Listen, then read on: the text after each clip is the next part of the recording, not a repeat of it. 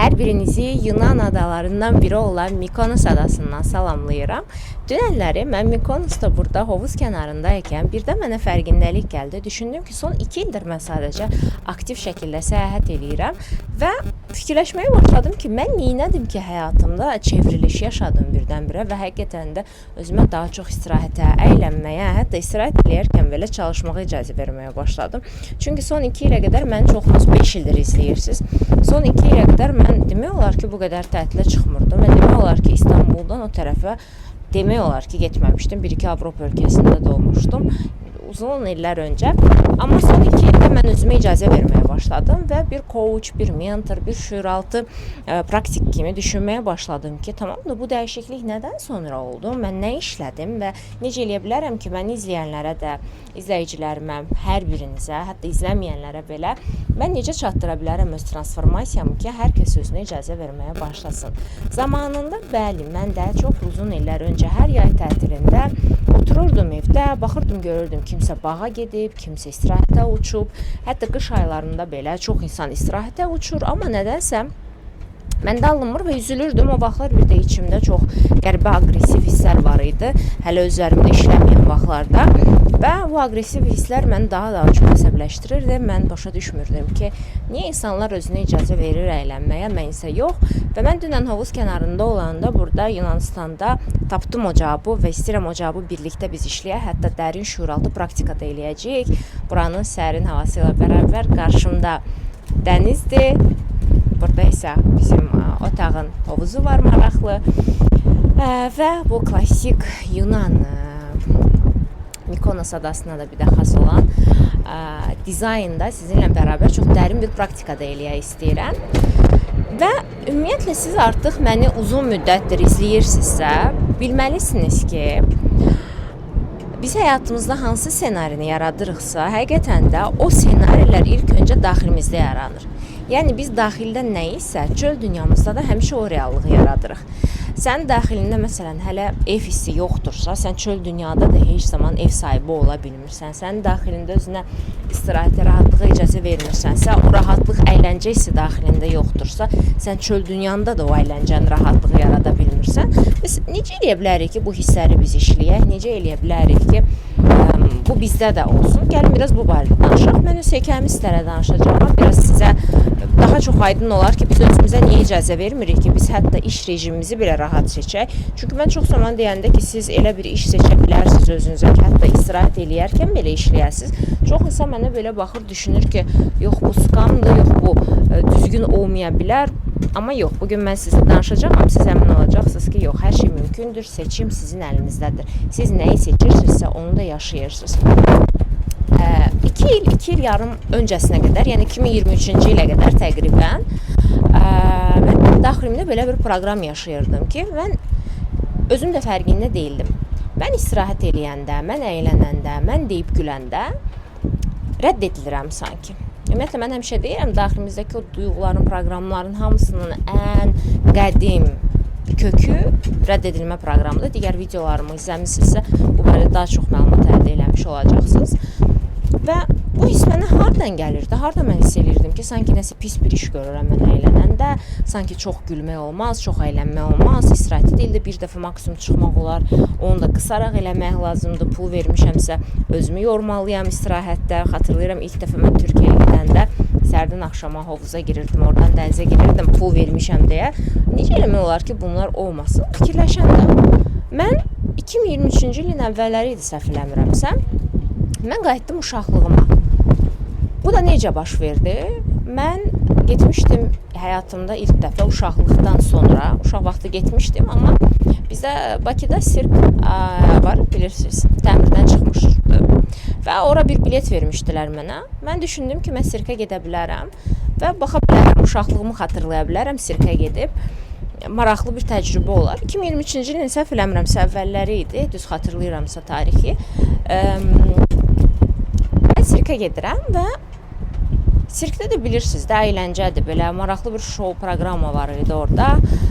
Qızlar gəlir, Rusiyadan gəlmişdilər, belə çox açıq geyinmişdilər. Sonra pələng gəldi, şir gəldi, insanlar hamısı əylənir. Bəlkə də mahnı çalınır, mən də qabaqda oturmuşam ön tərəfdə. Və mən baxıram bu proqrama. Başa düşürəm ki, mən qorxu bürüyür məni.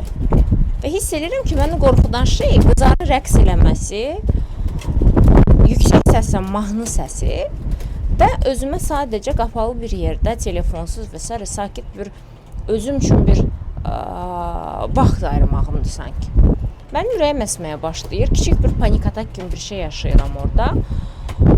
Və qayıdıram evə. Evə qayıdandan sonra səhərsi günü öz koçumla, əlbəttə o vaxt mən artıq koç idim. Başa düşürdüm ki, nəsə burada var məni inkişaf elətdirəcək bir şey. Mən duyğumun üstünə getməliyəm. Həmişə elə eləyirəm mən bu arada. Mən öz koçumla bunu araşdırmağa başlayıram. Niyə belə olur? Bir şüur altına enəndə gedib çıxırıq. Tam mənim 3-4 yaşlarıma, hansı yaşlarda ki, mən ata-anamla yaşayırdım. Və o vaxtlar başlayıram yadıma salmağa. Həqiqətən yadıma düşür ki, İlk dəfə mən əyləncəli bir konsertə gedəndə anamla həmin gün Bakıda zəlzələ baş verir. Mən 96-cı ildənəm, zəlzələ səhv eləmirəmsə 99 ya da 2000-ci ildə baş vermişdi. 3-4 yaşlarım var idi. Və mən ilk dəfə mənə belə bir proqram yazılır ki, həmin gündə mən tək qalıram bu arada. Balaca bacım var idi, təzə doğulmuşdu. Anam zəlzələ vaxtı onunla məşğul olur. Mən belə küçədə tək qalıram. Hətta xatırlayıram, kimsə anamı öz maşınına oturur ki, bacım çox balaca, təzə doğulmuşdu, soyuq olmasın ona. Mən isə belə çöldə qalıram. Və ilk dəfə o duyğunu, həqiqətən də o bərkdən səs gəlir. Mən əylənirəm konsertdə. Anamla bacım getməmişdi. Sonra biz qayıdırıq. Bacım nənəmgildə qalmışdı deyə ora bacımı götürməyə. Və zəlzələ baş verir və belə bir hadisə mən rədd edilirəm ilk dəfə. Bu nədən sonra olur? Əyləncədən sonra. Və mən ilk dəfə bağlayıram bu hadisəni, əyləncə, mən rədd ediləcəm, pis bir şey baş verəcək. Və onda ilk dəfə uşaq vaxtı böyük bir narahatçılıq, panika keçirtmişdim mən.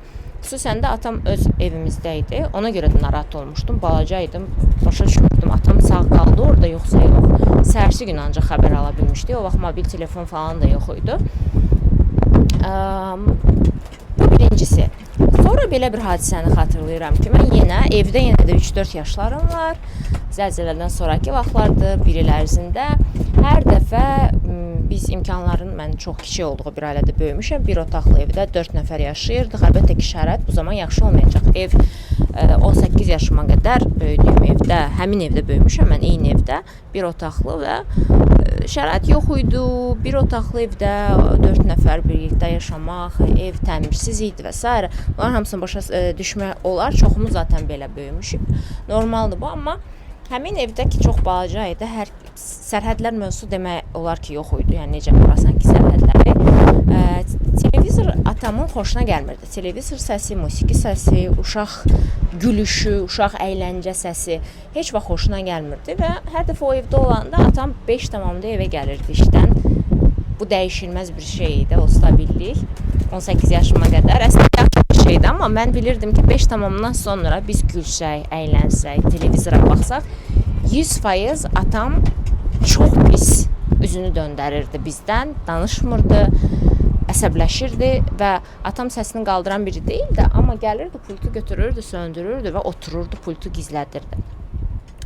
Və danışdırmırdı bizi. Ya da ki, danışdırırdısa da biz söz verməliydik ki, bu əyləncə olmayacaqdı. Və uşaq vaxtı əlbəttə tətilə də çıxmamışıq ki, çox 90-cı illərdə, 80-ci illərdə doğulan uşaqlar əlbəttə tətilə getməyiblər demək olar ki, çox nadir bir hissədir tətilə çıxan həmin vaxtlarda yaxşı yaşayan insanlar. Və bu iki hadisə ki, əyləncə, bərkdən gülmək, əylənmək, oynamaq, özünə icazə vermək, tam rahat olmağa, nə bilim, konsertə getmək, parti, rəqs eləmək və s. axırı rədd edilməyə gətirib çıxarır deyə proqram mənə yazılmışdı və bunu işlədiyim ana qədər hələ də xatırlayıram. Bunu işlədiyim ana qədər həqiqətən mən özümə icazə vermirdim. Konsert olurdu, getmirdim. Sirkdə zaten mənə panik atak tutmuşdu, az qalsın. Və bunu işləyəndən sonra, bax, mən özüm də koçuydum. Mən özüm də texnikalarımı bilirdim, amma ilk dəfə o duyğuya düşüb qərar verəndə ki, yox, mən bunun ardınca gedəcəyəm, duyğumun ardına düşəcəyəm, burada nəsə inkişaf var, mən artıq istəyirəm daha yaxşı yaşamaq. Bu qərarı verəndən sonra açıldı məndə bu. Koçuna sessiyadan sonra özüm də öz texnikalarımla bir neçə ay bunun üzərində işləyəndən sonra mən baxdım ki, fürsətlər necə də qarşımdaymış, hər şey necə də rahat imiş. Elə ən yaxın qohumlarımdan biri travel agent imiş, onsuz da çox rahat səyahətləri orqanizə eləyə bilirmiş. Sonra sizə də mən demişdim ki, Booking-də həqiqətən də ilk dəfə mən tətillərə çıxanda risk eləyib Booking-dən ödənişsiz, free, no prepayment deyə versiyalar var. Özünüz Booking istifadə edirsinizsə baxa bilərsiniz. Bu arada bu reklam deyil Booking-in appini yükləyə bilərsiniz.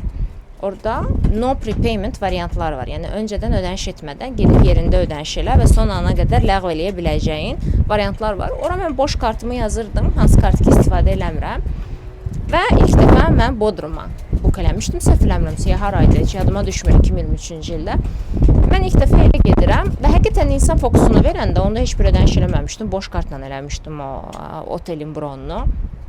Çox da belə super bahalı otel deyildi, orta bir şeydi. 5 ulduzuydu, amma aşağı qiymət civarında 5 ulduzuydu.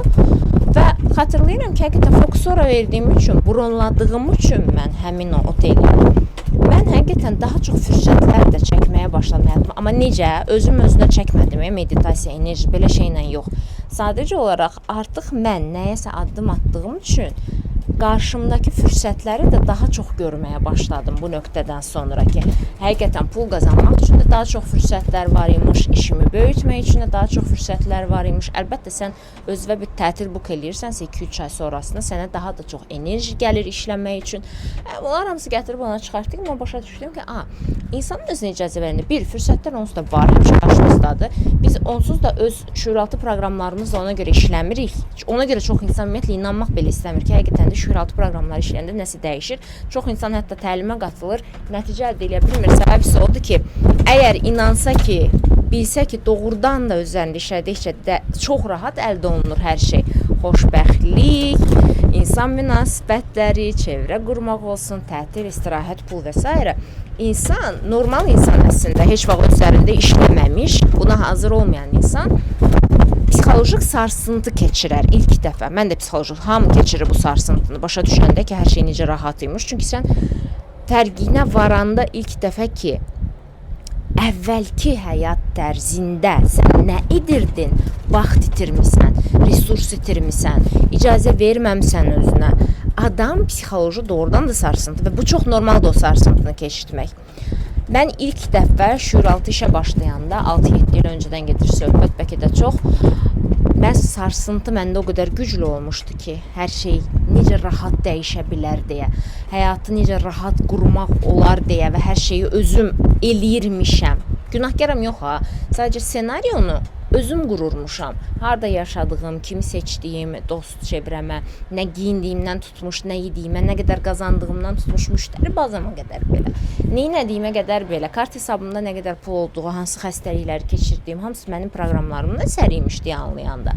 İnandırım sizi, mən, hətta mənim təsirimlə ailədəki bir neçə insan hamımız qriplədik. Bu mənim sonuncu qripim idi. Qrip də nə? Buna nə deyirlər bilmirəm, amma soyuq dəymə olur, qızdırman çox yüksək olur, 40 dərəcəyə qalxır. Həm səpirsən, həm qızdırırsan, həm qarnın gedir. Biraz açıq məlumat oldu, amma siz mənə bağışlayarsınız. Hər şey bir-birinə qarışır da bədəndə. Bütün bədənin ağrıyır, tərpənə bilmirsən və ailədə hamı xəstələnir. Bu xəstəyə çox uzun çəkir, 2 həftə yaxın çəkir, öskürək və s. O son oldu mənim üçün bu arada. Amma mən ondan sonra da 2 ay ya yaxın, 1 ay yarım deyərdim hətta, yatıram.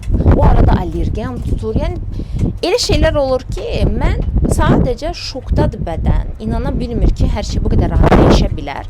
Bədən şoka düşür və doğrudan da mən uzun müddət yatıram. Sadəcə şokdan, o sarsıntıdan ki, necə indiyə qədər də mən görməmişəm ki, hər şeyi özüm edirmişəm, özüm seçirmişəm və mən başqa cürəsini seçə bilərmişəm. Bu arada buradan qarşımdan təyyarə uçur. Bura balaca bir ada olduğu üçün aeroportu da var. Təyyarələr elə pram hamının başının üzərindən uçur. Qarşımda da böyük 2 dənə böyük kruiz gəmisi var qarşımda. Bir dənə də feri var qarşımda, dənizdə üzür. Çox maraqlıdır həqiqətən də. Döndərə bilsəydim sizə göstərərdim. Çalışacağım indi bir saniyə. Bəlkə də görürsünüz o tərəfdən. Çox tərpənməyim. Mənim quraşdırdığım setup itməsin. Sonra yaxşı davam eləyə bilmərik biz çünki. Belə o ilk dəfə anladığım anda sarsıntı keçirmək, yəni çox insan başa bilir ki, qəbul eləsə ki, necə həyatını özü qurur, necə hər şeyi özü proqramlayır. Həqiqətən də insan psixikası sarsıntı keçirir. Çünki sən başa düşəndə ki, necə sən indiyə qədər başqalarını günahlandırırdın, ananı, atanı, hətta klassik psixologiya, mən özüm psixologiya təhsili almışam, amma psixoloq kimi işləməməyə qərar vermişəm, coach kimi işləməyə qərar vermişəm. Niyə? Çünki coachingdə perspektiv daha böyükdür mənə görə. Çünki psixologiyadan çox girəndə içinə, çox məşğul olanda sən bütün günü atadır günahkar, anadır günahkar. Atadır və sən uşaq pozisiyasında nə mənada günahkardır? İndi professional psixoloqlar deyəcək ki, yox elə deyil, bəli elə deyil, amma yenə də davamlı sən travma ilə işləyirsən. Davamlı travma, hər şey travmaya bağlayırsan demək olar ki, düzdür. Orada yönlər də fərqlidir. Mən coachingdə psixolojik texnikalardan, Jungun fəlsəfəsindən, Freudun fəlsəfəsindən, bunların hamısından istifadə eləyirəm ara-ara, amma daha çox mən düşünürəm ki, insan özü, insan bir dəfə başa düşsə ki, mən özüm öz ssenarimi qururam, öz daxilimdə nə proqramlar varsa, onunla eləyirəm və bunu məsuliyyətini əlimə götürsəm bir anlıq, artıq mən 70% demək olar ki, bir çox şeyi geridə qoyuram, mənə mane olan. Və buradan gəlib ora çıxır ki, biz indi sizinlə bərabər bir praktika, texnika eləyə bilərik, dərin şuuraltı, əgər hazırsınızsa. Şuuraltı texnikaya keçməzdən öncə istəyirəm ki, bu videolar sizə faydalıdırsa, dostlarınıza göndərəsiniz, like qoyasınız, aşağıda texnikadan sonra hətta rəyinizi yazasınız, subscribe düyməsinə klikləyəsiniz. Çünki həqiqətən son zamanlarda mən çalışıram YouTube-u inkişaf elətdirməyə. Çünki görürəm ki, sizə faydalıdır. Mən çox ürəkdən sevinirəm görəndə ki, həqiqətən siz nəticə alırsınız. Baxdıqca enerjiniz qalxır və s. Mən maksimum çalışıram. Həqiqətən maksimum çalışıram sizlər üçün. Bu məni çox sevindirir sizin nəticələrinizi görəndə. Və bu arada texnikadan əvvəl bunu da bildirmək istəyirəm ki, siz hazırlaşana qədər aşağıda açıqlama bölməsində, description bölməsində həmişə mən sizə mənimlə 1 illik mentorluq proqramı olan Master Coach, ikili beynəlxalq sertifikatlı proqram var. Bu proqramı artıq 100-ə yaxın insan keçib məzun olub. Harada ki, mən bu şuuraltı texnikaları, coaching metodlarını həm öyrədirəm öz metodumla. Öz metodum haqqında da əvvəlki videolarda var. Həmçinin də siz əlavə bir sənəd sahibi də olursunuz. 2 dənə beynəlxalq akreditasiyalı sertifikat təqdim edirik sizə. Life coach kimi, həmçinin də biznes mentor kimi. Çünki mən 2 istiqamətdə universitet bitirmişəm. Ona görə də 2 istiqamətdə akreditasiya verilib. Mən də bu proqramı keçirəm. Çox qısa zamanda siz həm özlərinizdə işləyirsiniz, bir il ərzində həftəlik mənlə sessiyalarınız olur. Həftədə bir dəfə açıq sessiyalar keçiririk biz qrup şəklində. Mənlə birəbir çalışa bilirsiniz. Çünki mən birəbir sessiyalar demək olar ki, çatdırmıram verməyə. Yalnızca əvvəlki müştərilərimin yerləri doldurur, başqa yerlər qalmır. Mən yəni açıq deyil izləyicilərimə, sizlərə birəbir sessiyalar keçirə bilmirəm mən. Amma Master Coach-un daxilində, qrup şəklində mənlə birəbir çalışa bilərsiniz. Hər həftə bir il ərzində düşünün bu neçə sessiya eləyir. Ondan əlavə praktiki hissə, ondan əlavə nəzəri hissə, sertifikat, networking hissəsi və s. Əgər sizə yaxın hiss elətdirirsə bu sahə, özünüz üzərində işləmək üçün olsun, istərsə də fərqli bir sahəni öyrənmək üçün olsun, istərsə də biznesinizi inkişaf etdirmək üçün olsun, istərsə də sırf coach olmaq üçün olsun, fərqi yoxdur. Qatılmağınızı tövsiyə eləyirəm. Amma ilk öncə bura hamı qatıla bilmir. Diaqnostik sessiya var orada. Ödənişsiz onu keçməlisiniz. Əgər sizə təsdiq cavabı gəlsə, o zaman proqrama qatıla bilirsiniz. Hazırsınızsa keçirik texnikamıza. Çox kiçik bir texnika eləyəcək, amma sizdən istəyəcəyəm mənə güvənəsiniz, gözlərinizi yumasınız, rahat bir yerdə oturasınız, bədəninizi sıxmadan, mən necə oturmuşam, o şəkildə sakit oturasınız, rahat, yumşaq bir yerdə. Ayaqlarınızı bardaş qurmasanız yaxşı olar, dümdüz olsun ayaqlarınız. Uzanmayın, sadəcə oturun və beliniz, rusca asanka var, sözlüzdür, qamət sözü. Qamətiniz düz durması enerji axışının düz getməsinə səbəb olacaqdır. Siz də daha effektiv, daha yüksək hiss eləyəcəksiniz. Texnikamız 5 dəqiqə təqribən çəkəcək. Şuuraltı texnika və bu hipnoz deyil, narahat olmayın. Siz tam olaraq özünüzdəsiz. Sadəcə biz şuuraltıda müəyyən bir proqramı görürük. Onu dönüşdürürük. Sadəcə özünü proqramlama eləyirik. Yəni mənim metodikam bu cürə işləyir. Birlikdə yoxlaya bilərik. 2023-cü ildə mənim dəyişimimə səbəb olan bu strategiyasında həmin texnikanı. Gözlərimizi yumuruq indi və daha yaxşı olar ki, qulaqçıqlarınızı taxasınız. Dərindən nəfəs al verməyə başlayırıq biz. Dərindən nəfəs al verdikcə mən istəyirəm hiss eləyəsiniz ki, gözünüzü açmadan necə bədəniniz rahatlaşır. İlk öncə çiyinləriniz aşağı düşür, nəfəs alıb verdikcə. Daha sonra qaşlarınız və alnınız rahatlaşır. Get-gedə göz qapaqlarınız ağırlaşır və siz bütün bədəninizdə hiss eləyirsiniz ki, sanki bir qara bir tüstü kimi bütün stres, yorğunluq, problemlər sadəcə 5 dəqiqəlik də olsa bədəninizdən qara bir tüstü kimi çıxıb gedir. Sanki buxarlanır. Və sizin artıq bütün bədəniniz, gövdəniz, ayaqlarınız, qollarınız hamısı daha rahat, daha boş bir vəziyyətə gəlir. Və yavaş-yavaş siz texnikaya hazır vəziyyətə gəlirsiniz. Dərindən nəfəs alıb verdikcə siz burundan nəfəs alırıq, ağızdan nəfəs veririk. Mən 3-ə qədər sayacağam və sadəcə səsimi izləməklə və fokusu səsimə verməklə siz yavaş-yavaş sizə istirahətə, əyləncəyə, gülməyə, daha rahat işlər seçməyə icazə verməyən o proqramı görəcəksiniz. 1, 2 və 3. Siz indi həmin səhnədəsiniz. Düşünün ki, bir otağa daxil olursunuz. Bir qapı var, oradan bir otağa daxil olursunuz. Və necəsə siz daha balaca yaşlarınızdasınız. Yavaş-yavaş təsvir etməyə çalışın səsli şəkildə. Özünüzlə sanki danışırsınız. Sanki qarşınızdayım mən, mənə deyirsizmiş kimi. Səsli şəkildə təsvir eləyin. Siz hardasınız? Bura haradır? Evdir, çöldür, haradır? Burada kimlər var? Və buradakı siz neçə yaşındasınız? İlk ağlınıza gələn rəqəmi deyə bilərsiniz, əgər heç bir görüntü yoxdursa. Mən sizə vaxt verirəm təsvir eləmək üçün səsli şəkildə.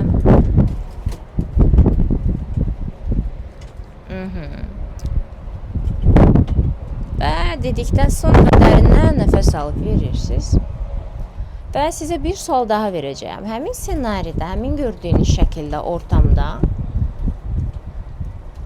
sizə deyib gülməyə, istirahətə, əyləncəyə, rahatlıqla, əziyyətsiz, istirahət eləyərkən belə işləməyə icazə verməyən insan, ya da proqram, ya da duyğu, ya da hadisə nədir? Onu mənə səsli şəkildə bir neçə cümlə ilə təsvir eləyin. Kimdir o insan? Atanız, ananız, nənəniz ola bilər, ya da qarşılaşdığınız hər hansısa bir ssenari ola bilər bu.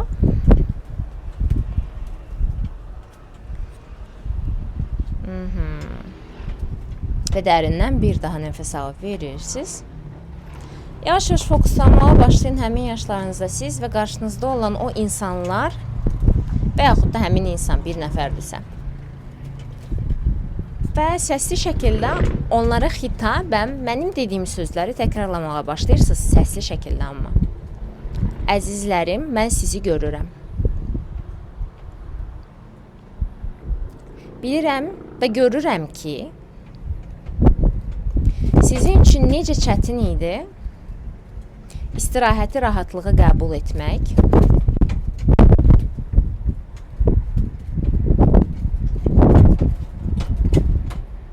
Mən də sizin belə yaşadığınızı görmüşəm, bu duyğular keçirdiyinizi görmüşəm və mənə də illərlə elə gəlib ki, təhlükəsiz olan, güvənli olan məhz belə yaşamaqdır.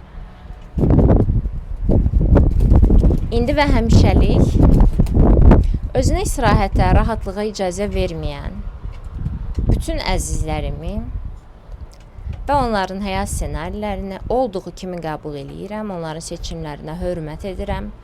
Hər birinizi çox sevirəm. Nə yaxşı ki, bu təcrübələri siz yaşamısınız və indiyə qədərki müddətdə mənə bu təcrübələrdən doğan proqramlar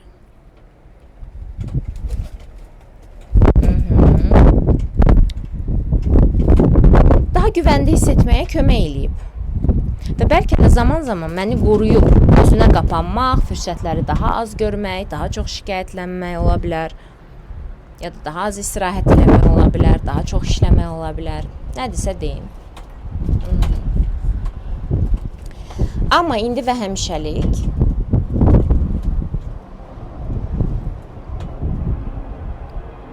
mən artıq başqa cür yaşamaq istədiyimi qəbul eləyirəm.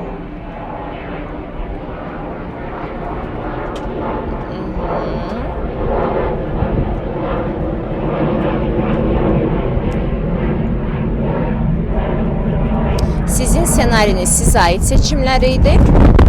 Mənim ssenarim isə bundan sonra mənə aid seçimlər olacaq. Siz sadəcə belə seçməyi yaşamışdınız. Mən isə başqa cürə yaşamağı seçirəm. Bəli, bütün bunları görmək məni çox incitmişdi. Və sizlərə sadiq qalmaq üçün mən də belə yaşamağı seçirdim indiyə qədər. Amma artıq anlayıram ki, sizə aid olduğumu göstərmək üçün sizin kimi yaşamalı deyiləm. Sevgi ilə sizin hekayənizi qəbul edirəm və bundan sonra öz hekayəmi seçirəm. Mənə olar, mənə istirahət olar, mənə əylənmək olar, mənə daha yaxşı yaşamaq olar, mənə daha rahat pul qazanmaq olar. Və mən bundan sonra bu yolda bütün fürsətləri görürəm və dəyərləndirirəm. Dərindən nəfəs alıb verirsiniz, hiss eləyirsiniz, daha çox səsli şəkildə mənə olar dedikcə, mənə olar, təkrarlamağa çalışın səsli şəkildə. Bədəniniz get-gedə böyüyür və indi mənə bu videoda baxdığınız yaşa qədər böyüyür bədəniniz. İndi mən 3-ə qədər sayacağam. 1, 2, 3. İlk olaraq nə etmək istəyirdiniz onu görün. Artıq özünə istirahətə icazə verən, daha rahat işləməyə icazə verən, daha rahat pul qazanmağa icazə verən versiyanız hansı fürsəti ilk öncə dəyərləndirərdi ya da hansı fürsət özünə yaradardı? Bir dənə hərəkət, bir addım. Onu görməyə çalışın və o fürsəti götürün özünüzə söz verin ki, bunu mütləq eləyəcəm. Növbəti 3 gün ərzində özünüzə deyin, birbaşa, mən söz verirəm. Və deyin, bundan sonra məsuliyyət məndədir, ssenarini mən quracağam. Və hazır olanda gözlərinizi aça bilərsiniz. Ümidvaram ki, bu texnika sizə faydalı oldu. Nəticələrini siz bir neçə gün sonra daha aydın görməyə başlayacaqsınız. Əlbəttə, burada təkcə texnikadan yox da, texnikadan sonra da sözünüzə sadiq qalma dərəcənizdən, nə dərəcədə dirayətlisiniz, nə dərəcədə özlərinizdə işə davam eləmək istəyirsiniz, bundan da çox şey asılıdır. Çünki mən özüm 7 ildə üzərimdə işləyirəm, 6 ildə də intensiv şəkildə şüuraltı proqramlarımla işləyirəm. Və indi gördüyünüz həyat dərzim, indi buradan belə çalışa bilməyim, birazdan biz dəniz kənarına gedəcəyik rəfiqəmlə yenə. Bunu eləyə bilməyim, əlbəttə ki, əvvəlki 6 ildə atdığım müntəzəm addımların nəticəsidir. Və indi mən sizə sual verirəm.